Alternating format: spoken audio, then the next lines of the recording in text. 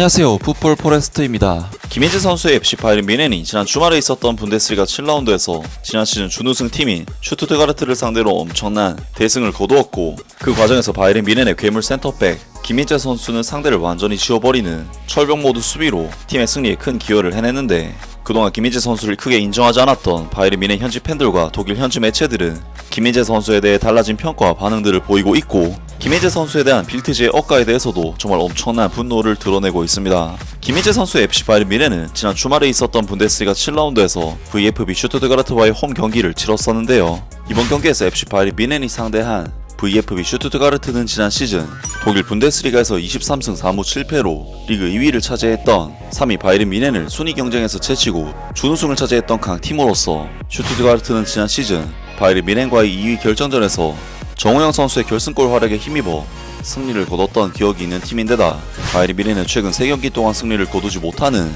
약간의 부진에 빠져있는 상황이기 때문에 이번 경기는 아무리 바이에른 뮌헨의 홈 구장 알리안츠 아레나에서 펼쳐지는 경기라고 해도 바이에른 뮌헨에게는 굉장히 쉽지 않은 경기라고 할 수가 있었습니다.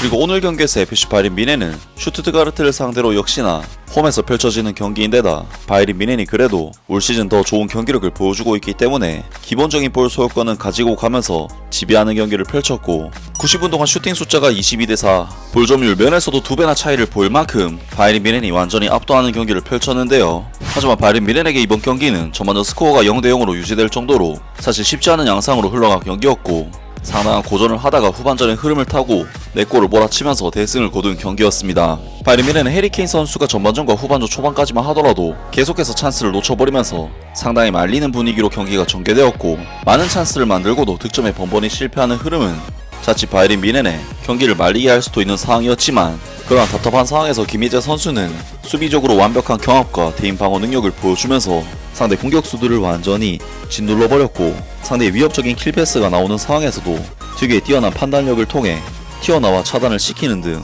상대가 역습을 해오기 위한 액션을 취하려고 하면 바로 나와서 차단을 해버리는 병모드 수비를 보여주면서 공격에서 정말 안 풀리는 바이에른 뮌헨이 다소 말릴 수도 있었던 경기를 어떻게든 김민재 선수가 머리치 잡고 끌고 가는 경기를 펼쳤습니다.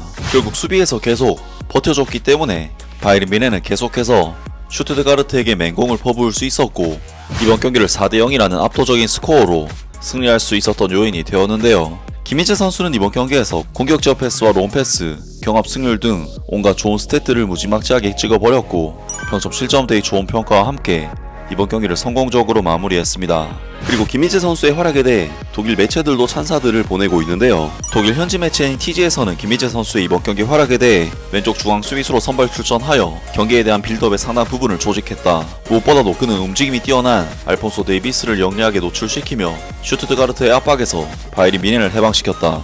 그리고 수비적으로도 흠잡을 데 없는 활약을 펼쳤다 라면서 김민재 선수에게 역시 평점 2점이라는 높은 점수를 부여했습니다.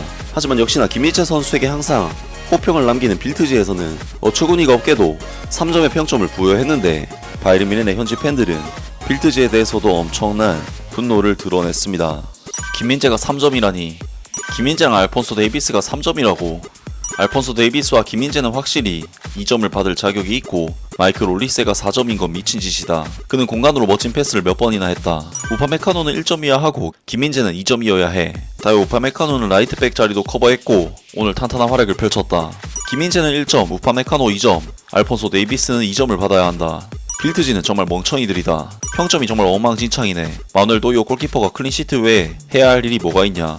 하파엘 게레이루 3점, 김민재 2점, 알폰소 데이비스 2점, 마이클 올리스 3점, 토마스 뮬러는 3점이나 4점을 받아야 한다. 김민재 2점, 알폰소 데이비스 2점, 마이클 올리스 3점, 하파엘 게레이루는 3점을 받아야 한다. 역같은 빌트지. 김민재의 경우 빌트에서 3점을 받은 것은 그가 최소한 2점 이상이라는 것을 의미한다. 김민재가 3점이고 마이클 올리스가 4점인 건 정말 부끄러운 일이다. 등등 많은 바이에른 뮌헨 팬들이 빌트지를 비난하면서 김민재 선수에 대한 평점이 크게 잘못됐다고 주장했습니다. 지난 경기에 이어 이번 경기에서도 김민재 선수의 퍼포먼스는 그야말로 압도적이고 파괴적인 수준에 미친 경기력이었는데요. 심지어 김민재 선수의 경기력이 강팀들을 상대로도 통하고 있다는 부분이 가장 고무적인 부분이 아닐까 싶고, 지금 정도의 수준의 경기력은 정말 나폴리 시절의 김민재 선수가 완벽하게 부활한 그런 모습이 아닐까 싶은데, 완벽하게 부활한 김희재 선수가 앞으로도 좋은 경기력을 계속해서 보여주기를 기대하고 응원하겠습니다. 아무튼 오늘 영상은 여기까지고요. 영상 재밌게 보셨다면 구독과 좋아요 그리고 댓글 부탁드립니다. 감사합니다.